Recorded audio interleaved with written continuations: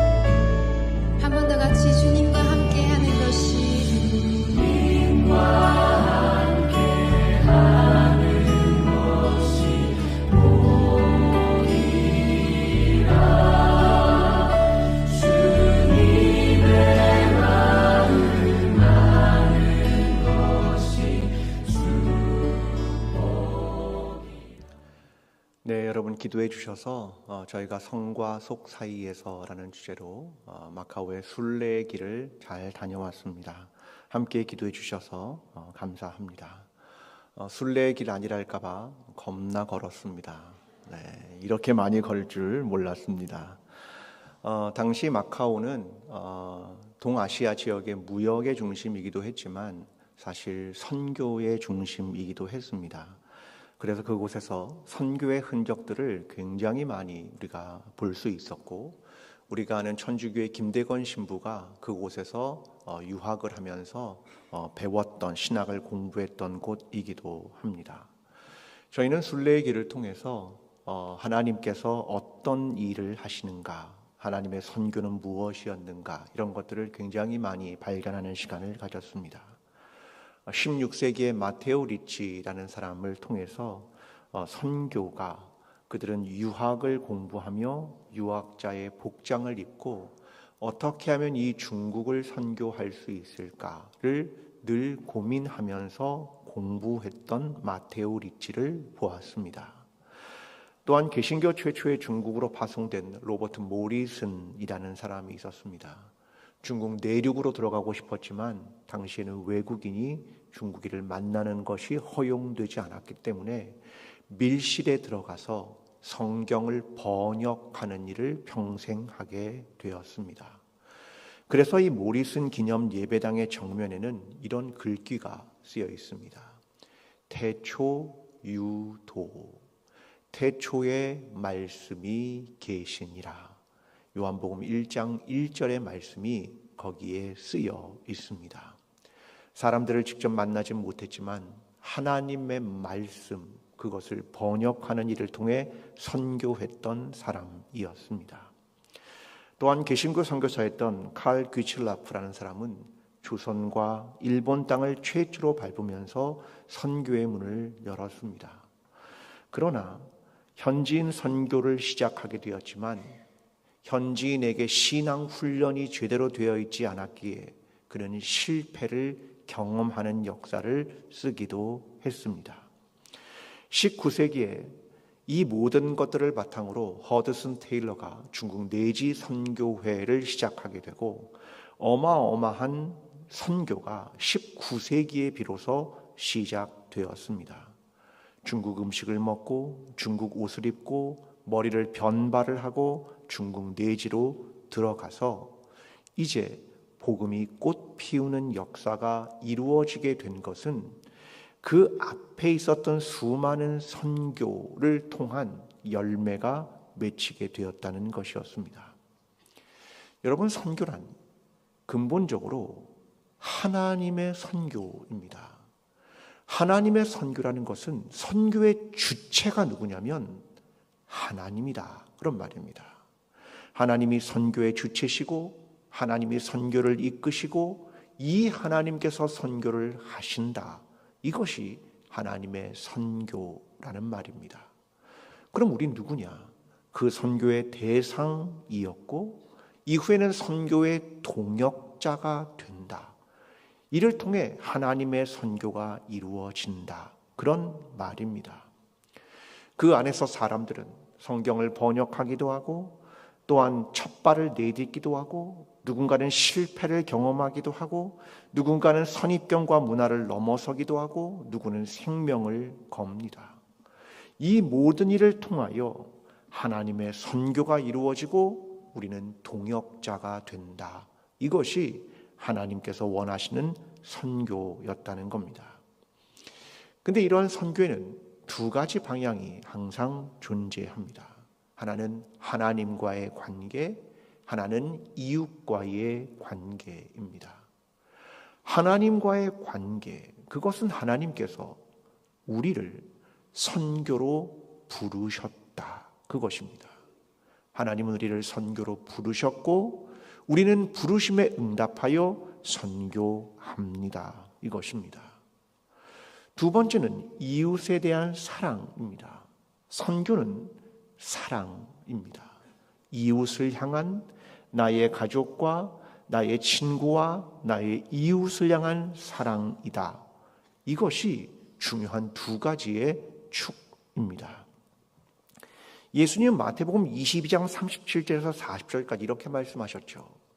예수께서 이르시되 내 마음을 다하고 목숨을 다하고 뜻을 다하여 주 너희 하나님을 사랑하라 하셨으니 이것이 크고 첫째 되는 계명이요 둘째도 그와 같으니 내 이웃을 내 자신같이 사랑하라 하셨으니 이 두 계명이 온 율법과 선지자의 강령이니라. 여러분, 율법과 선지자는 율법서와 선지서, 성경이 말하는 강령, 즉 본 뜻이 뭐냐면 하나님을 사랑하고 이웃을 사랑하라는 것이다. 이것이 선교의 현장에서도 적용되고 우리의 삶의 자리에서도 적용되는 말씀이라는 것입니다. 오늘 저와 여러분의 삶에서 하나님을 사랑하고 이웃을 사랑함으로 우리의 삶의 자리에서 그리스도인으로 살아갈 뿐 아니라 하나님의 선교의 동역자로 서게 되는 저와 여러분이 되기를 간절히 기도합니다. 자, 오늘은 그 중에서 이 이웃과의 관계에 대한 이야기를 오늘 성경의 말씀을 통해서 함께 살펴보고자 합니다. 자, 오늘의 말씀은 지난주에 있었던 황금률하고 계속 연관이 되고 있는 말씀입니다. 여러분, 황금률 기억나시죠? 네, 기억나게 해드리겠습니다.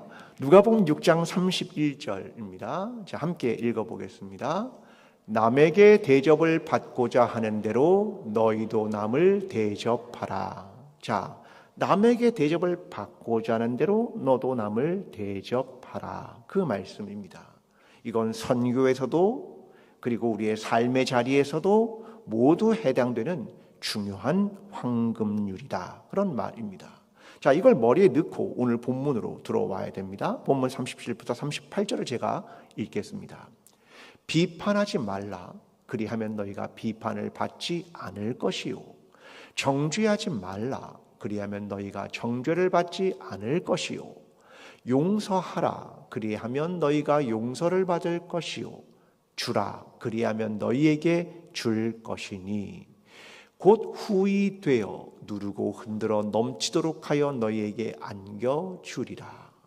너희가 헤아리는 그 헤아림으로 너희도 헤아림을 도로 받을 것이니라. 자, 이 말씀은 너희가 비판하고 정죄하고 하지 말고 용서하고 주라. 그 얘기를 하고 있습니다. 그러니까 나와 너의 관계에서도, 선교의 현장에서도 우리가 그 사람에 대해서 판결하거나 하지 말고, 비판하지 말고 용서하고 베풀어라. 선교의 현장에서도 너희가 그 사람이 어떤 사람이었는가에 대해서 비판하지 말고 그를 용서하고 베풀어라. 너희의 삶의 자리에서도 역시 그러하다. 그것은 최소한의 것이다. 그 말입니다. 최소한 너 자신을 사랑한다면, 너도 그렇게 되지 않으려면 너는 이 일을 행하라. 그렇게 이야기하는 것입니다. 오늘 보면 38절은 그래서 그 이후에 이렇게 말하죠. 여러분이 남에게 갖다 대는 잣대를 거꾸로 여러분에게도 갖다 대실 테니까요. 남에게 갖다 대는 그 잣대를 여러분에게도 갖다 대기 때문입니다. 라고 설명하는 겁니다. 자, 이 이야기를 이제 예수님께서 아주 쉽게 비유로 설명해 주십니다. 저는 이것을 주어와 동사라는 측면에서 오늘 여러분과 함께 쉽게 이야기를 좀 풀어보도록 하겠습니다. 먼저 나는 누구일까? 여기에서 나는 누구일까? 라는 생각입니다. 39절부터 41절의 말씀입니다. 또 비유로 말씀하시되 맹인이 맹인을 인도할 수 있느냐? 둘이 다 구덩이에 빠지지 아니하겠느냐? 제자가 그 선생보다 높지 못하나? 무릇 온전하게 된 자는 그 선생과 같으리라. 어찌하여 형제의 눈 속에 있는 티는 보고 내 눈 속에 있는 들보는 깨닫지 못하느냐? 자, 여기에 보면 세 개의 문장이 등장합니다. 자, 세 종류의 사람이 등장합니다. 첫 번째는 앞 못 보는 사람과 앞 못 보는 사람이 등장하고, 두 번째는 배우는 학생, 따르는 제자와 선생님, 스승이 등장하고, 세 번째는 눈 안에 티끌을 가진 자와 눈 안에 들보를 가진 자가 등장합니다. 자, 여기서 나는 누구일까? 라고 하는 겁니다. 여러분, 나는 누구입니까? 여기에서 그 질문입니다. 자, 첫 번째 이야기입니다. 첫 번째 등장하는 사람은 앞 못 보는 사람과 앞 못 보는 사람 둘이 등장합니다. 요 나는 누구입니까? 선택지가 두 개입니다. 앞 못 보는 사람과 앞 못 보는 사람 둘이 등장합니다. 그럼 그 중에 나는 누굽니까? 앞 못 보는 사람이라, 그런 말입니다. 선택지가 그거밖에 없습니다. 사람들은 나는 보는 사람이다, 나는 눈이 열린 사람이다, 나는 깨닫는 사람이다 라고 말하지만 실제로 우리는 미래도 앞날도 우리 자신도 못 봅니다. 여러분, 뒤에 누가 앉아 있습니까? 보이십니까? 못 봅니다. 우리는 못 본다. 바로 그 사람, 앞을 못 보는 사람이다 라고 하는 말입니다. 나는 앞을 못 보는 사람이다. 그걸 알아라, 그 말입니다. 둘째, 제자와 선생님이 있다. 제자와 스승이 있다. 제자는 배우려는 자, 따르는 자, 그가 학생이고 제자입니다. 스승은 이끄는 사람입니다. 그 중에 나는 누굽니까? 스승입니까? 제자입니까? 나는 제자입니다. 근데 사람들이 왜 공부를 안 하느냐? 내가 누구라고 생각하는 겁니까? 스승이라고 생각하는 겁니다. 난 배울 게 없다라고 생각을 합니다. 여러분, 자녀에게 공부를 해라고 말하는 건 넌 누구야? 그 말입니까? 학생이다, 그런 말입니다. 학생은 공부해야지. 그럼 예수 그리스도가 나의 스승이고 나는 제자입니다. 그럼 난 뭘 해야 됩니까? 공부해야죠. 근데 성경 공부를 하라고 하니까 안 합니다. 왜 안 합니까? 내가 누구라고 생각하는 겁니까? 선생님이라고 자꾸 생각하는 겁니다. 아니다. 넌 제자이고 학생이다, 그런 말입니다. 셋째, 두 형제가 있습니다. 하나는 눈에 티가 있는 사람이고 하나는 눈 속에 들보가 있는 사람입니다. 난 누굽니까?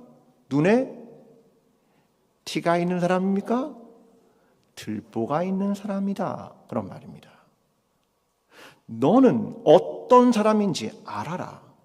너는 앞을 못 보는 사람이고 너는 따르고 배우는 제자이며 학생이고 너는 눈에 들보가 있는 사람이다. 그걸 깨달아야 한다. 이걸 말하는 겁니다. 여러분, 우리는 생각보다 잘 모릅니다. 우리는 자꾸 지혜롭다고 생각하고 내가 어른이니까 안다고 생각합니다. 내가 조금 더 가르치는 위치에 있다고 생각하고 나는 경험이 많다고 생각하고 난 저 사람보다 도덕적으로 윤리적으로 조금 더 낫다고 생각합니다. 정말 알고 계십니까? 확인을 좀 해보겠습니다. 여러분, 우리 교회가 이곳에 와서 세워졌습니다. 여러분, 예배를 드리러 항상 2층으로 올라오시죠. 벌써 20년이 훨씬 넘었죠. 여러분, 주일마다 교회 2층까지 올라와서 예배를 함께 드립니다. 오늘도 걸어 올라오셨죠. 그러면 20년 이상 주일날만 올라와도 1000번 이상을 올라왔습니다. 자, 아십니까? 질문해 보겠습니다. 1층에서 2층까지 계속 계단을 1000번 이상을 오르시고 내리셨습니다. 1층에서 2층까지의 계단의 숫자가 몇 개입니까? 아십니까? 모릅니다. 우리는 안다고 생각합니다. 야, 내가 수천 번을 왔다 갔다 했는데 모릅니다. 계단의 개수는 33개입니다. 그러나 34개일 수도 있습니다. 내려가다가 세보는 사람이 있고 안 세보는 사람이 있겠지요. 여러분, 우리는 안다고 생각합니다. 관찰하지 않는 겁니다. 나 자신이 누군지 생각하지 않는 겁니다. 이명익의 메타생각이라는 책에 보면 한 이야기 하나가 등장합니다. 이탈리아의 빈치라는 마을에 레니 알바노라는 소년이 있었습니다. 그의 스승은 베로키오라는 사람이었습니다. 근데 그가 레니라는 소년에게 매일같이 그림을 그리게 합니다. 뭘 그리게 하냐면 달걀을 그리게 합니다. 오늘도 달걀을, 내일도 달걀을. 여러분, 여러분의 선생님이 그림을 그리는데 매일 달걀을 그리게 한다고 한다면 여러분 어떤 생각을 하시겠습니까? 아니, 그 달걀이 그 달걀 아닙니까? 맨날 무슨 달걀만 그리라고 합니까? 그렇게 말할 겁니다. 스승이 이렇게 말합니다. 달걀도 똑같이 생긴 것은 없다. 같은 달걀도 위치에 따라, 빛에 따라 다르게 보인다. 스승이 제자에게 무엇을 가르치는 겁니까? 관찰하는 능력을 가르치는 겁니다. 그 꼬마가 자라서 누가 된 줄 아십니까? 레오나르도 다빈치가 된 겁니다. 레오나르도 다빈치의 뜻은 빈치 마을의 레인이라는 뜻입니다. 여러분, 스승이 가르치고자 했던 건 관찰해라. 그래야 알 수 있다라고 하는 겁니다. 여러분, 우리는 나 자신을 관찰해야 하는 겁니다. 나 스스로를 관찰할 뿐 아니라 하나님의 시각에서 나는 누구인가를 관찰하고 알아야 하는 겁니다. 난 누구냐? 하나님이 보시기에 나는 앞 못 본 사람입니다. 난 미래를 알 수 없는 사람입니다. 하나님 보시기에 나는 여전히 배워야 할 사람이고 난 따라야 할 사람입니다. 하나님 보시기에 나는 눈에 들보를 가진 사람입니다. 이걸 끊임없이 알고 깨닫는 사람에게 복이 있는 것입니다. 오늘 저와 여러분, 이제 우리의 시선이 하나님의 눈으로 깊이 관찰하고 나라는 존재가 그리 대단한 존재가 아니라 너무나 부족한 존재이고 나라는 존재는 너무나 어리석은 존재이며 나는 너무나 죄악된 존재라는 것을 발견하고 하나님 앞에서 나는 누구인가 이것을 깊이 있게 깨달으며 예수 그리스도의 뒤를 따라가는 저와 여러분의 신앙이 되기를 간절히 기도합니다. 본문 39절부터 42절의 말씀입니다. 또 비유로 말씀하시되 맹인이 맹인을 인도할 수 있느냐. 동사에 집중하십시오. 둘이 다 구덩이에 빠지지 않겠느냐. 제자가 그 선생보다 높지 못하나 무릇 온전하게 된 자는 그 선생과 같으리라. 어찌하여 형제의 눈 속에 티는 보고 내 눈 속에 있는 들보는 깨닫지 못하느냐. 너는 내 눈 속에 있는 들보를 보지 못하면서 어찌하여 형제에게 말하기를 형제여 나로 내 눈 속에 있는 티를 빼게 하라 할 수 있느냐. 자, 내가 누구인지를 발견했습니다. 난 제자구나. 난 앞을 못 보는 사람이구나. 나는 눈에 들보가 있는 사람이구나 라는 걸 깨달은 다음에 동사를 봐야 되는 겁니다. 여기서 사용된 동사는 그 사람들에게 이런 동사를 사용합니다.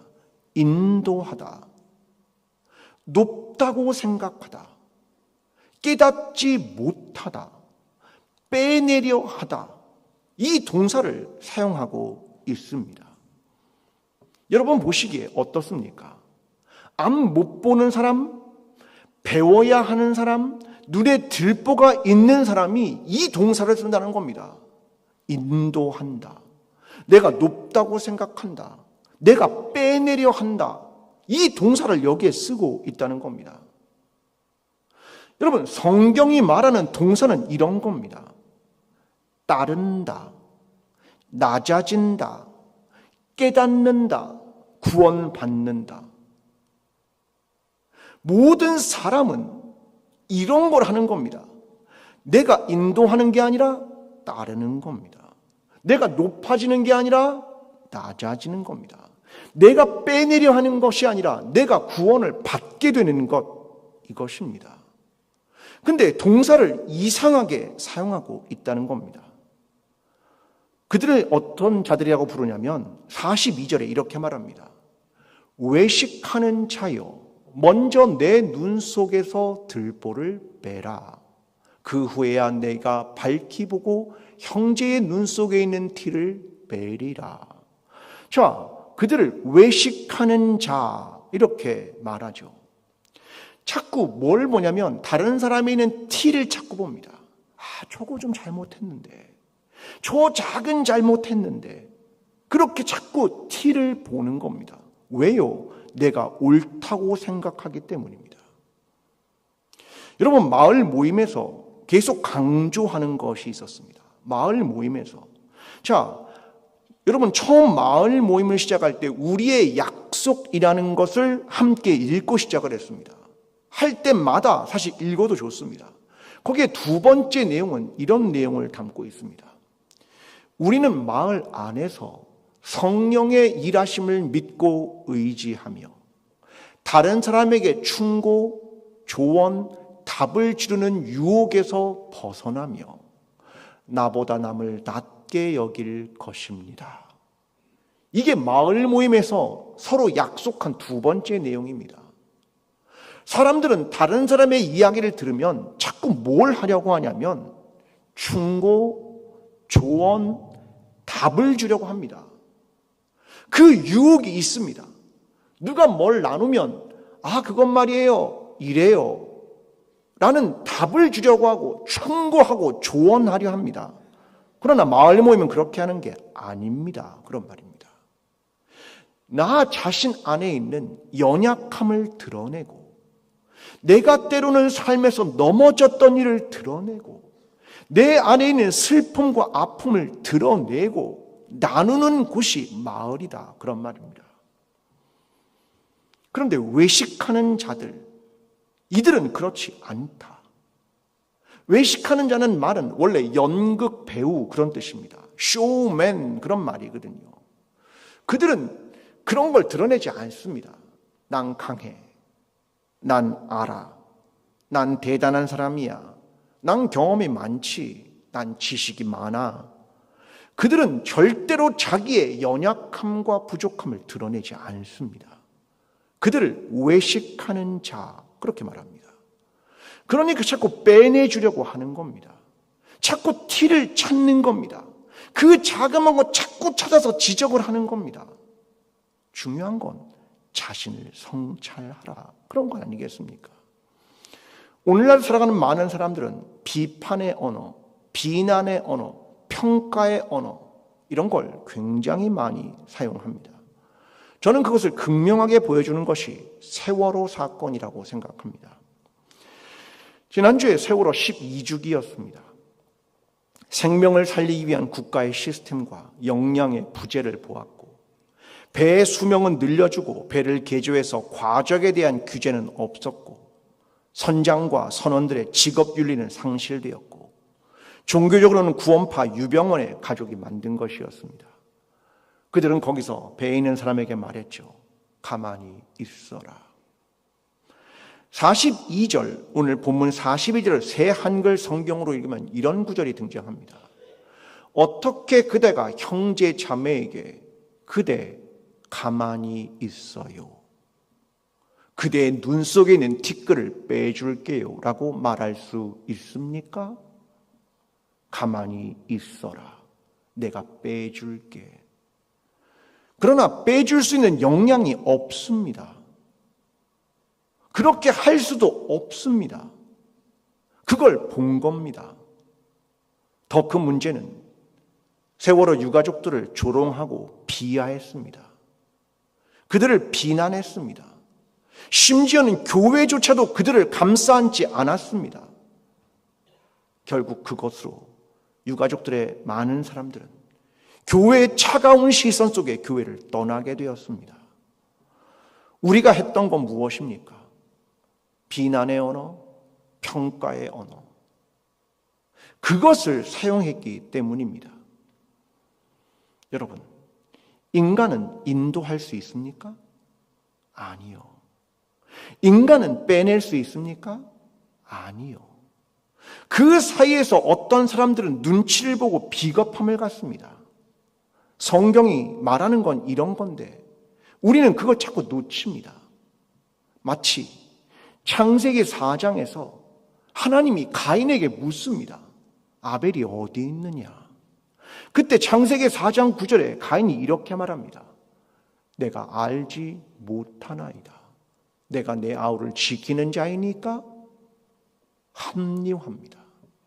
내 이웃을 네가, 네 형제를 네가 아느냐? 어디 있는지 아느냐? 내가 그를 지키는 자입니까? 합리화입니다. 여러분, 우리에게 중요한 건 무엇일까? 우리의 실존을 보게 됩니다. 우리는 비평하고 비난하고 평가하지만 하나님께서 우리에게 원하시는 것은 내 아우 아벨이 어디 있느냐? 이걸 우리에게 물으신단 말입니다. 그런데 우리는 자꾸 다른 언어를 사용하는 겁니다. 저는 이때 새로운 동사의 창조가 필요하다고 생각합니다. 새로운 행동과 새로운 삶의 전환, 아니 더 나아가 창조가 필요합니다. 이사야 65장 17절 18절은 이렇게 말합니다. 보라, 내가 새 하늘과 새 땅을 창조하나니 이전 것은 기억되거나 마음에 생각나지 아니할 것이라. 너희는 내가 창조하는 것으로 말미암아 영원히 기뻐하며 즐거워할지니라. 하나님이 새로운 하늘과 새로운 땅을 창조하면 이전 것은 생각도 안 날 것이다. 너희는 기뻐할 것이다. 그런 말입니다. 여러분, 그리스도인은 어떤 동사들을 창조해내야 되는 겁니까? 인간관계에서 어떤 것들이 창조되어야 하는 겁니까? 그건 오늘 성경이 말하는 것에 반대로 뒤집으면 되는 거겠죠. 내가 인도한다에서 인도함을 받다로, 내가 가르치다에서 배우다로, 깨닫지 못하다에서 깨닫다로, 타자를 보다에서 자기를 성찰하다로 말입니다. 여러분, 이러한 변화와 이러한 창조가 지금 필요하다라는 것입니다. 여러분, 하나님의 말씀을 드릴 때는 우리의 삶이 그렇게 변화하는 것이 즉각적으로 이루어져야 하죠. 우리는 이러면 안 됩니다. 버나드 쇼의 유명한 묘비가 하나 있습니다. 묘비에 이렇게 쓰여 있습니다. 우물쭈물하다가 내 이럴 줄 알았어. 어디에요? 묘비에. 아주 웃기라고 했는데 실패했습니다. 우물쭈물하다가 이럴 줄 알았어 하고 죽었다는 말입니다. 네. 여러분, 우리에게 하나님 말씀이 올 때는 우물쭈물하지 말고 어떻게 우리의 삶의 동사를 창조해야 할까? 그걸 깊이 생각해야 한다. 그런 말입니다. 포르투갈의 소설가 주제 사라마고의 눈먼 자들의 도시라고 하는 책이 있습니다. 이 소설은 이런 얘기를 하고 있습니다. 어느 날 오후 차를 몰던 한 남자가 갑자기 눈이 멀어버립니다. 모든 것이 다 하얗게 보이는 백색 실명이었습니다. 근데 이게 전염이 되는 겁니다. 그래서 사람들에게 자꾸 이 백색 실명이 전염이 됩니다. 정부는 혼란을 막기 위해서 사람들을 정신병원에 격리합니다. 그들은 별도의 공간에 수용소에 수용되는데 아수라장이 됩니다. 왜요? 안 보이니까. 모두 기본적인 위생조차 지키지 못하고 그 안에서 권력을 잡은 무장의 집단이 식량을 독점하고 여성을 강간하는 일이 벌어지면서 인간의 존엄성이 처참하게 무너집니다. 그런데 이 아비규환 속에서 오직 한 사람, 의사의 아내만이 눈이 먼 남편을 지키기 위해 시력이 있다는 것을 숨기고 수용소에 들어와서 이걸 목격하게 됩니다. 나중에 여기에서 탈출을 하게 됩니다. 근데 이미 바깥 세상도 모든 사람이 다 실명되어서 안 보입니다. 근데 의사의 아내가 눈먼이들을 이끌고 생존의 여정을 시작합니다. 어느 날 두 여인이 집 앞에 옵니다. 이 의사의 아내는 두 여인의 옷을 빨고 그들의 몸을 씻겨줍니다. 그러면서 몸을 씻다가 의사의 아내가 이렇게 말합니다. 날 좀 도와줘요. 두 여자가 말했다. 어떻게요? 우린 눈이 보이지 않는데요. 옷을 벗어요. 나중에 말릴 게 적을수록 좋아요. 하지만 우리 앞이 안 보이는데요. 상관없어요. 우리가 할 수 있는 일을 하면 돼요. 내가 나중에 마무리를 하면 되죠.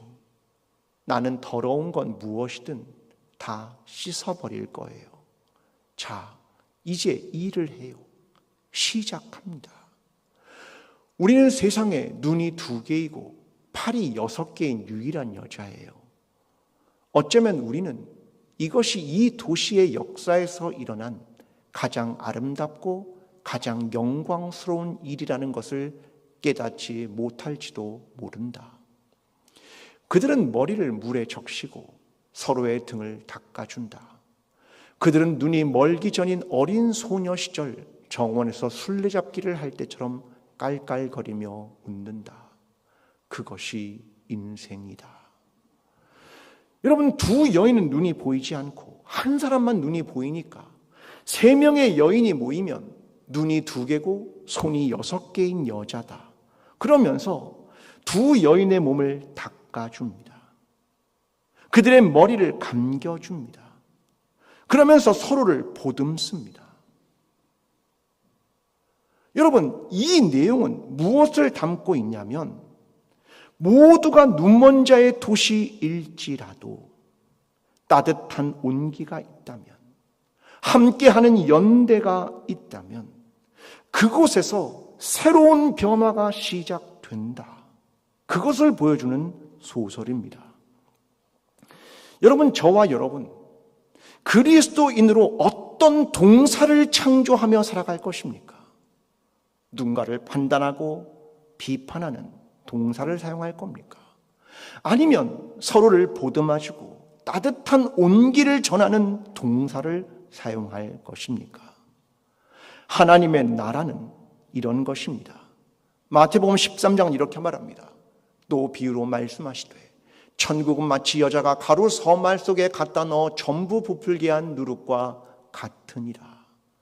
하나님의 나라는 이 작은 누룩이 온 덩이에 퍼지는 것처럼 우리의 작은 따뜻함과 온기가 서로를 부둥켜 안는 것이 서로를 위해서 돌보는 것이, 그것이 가정과 직장과 교회와 삶의 자리에서 이루어질 때 하나님의 나라가 너희 가운데 이루어지며 하나님의 선교가 너희 가운데 이루어진다는 것을 말해주는 것입니다.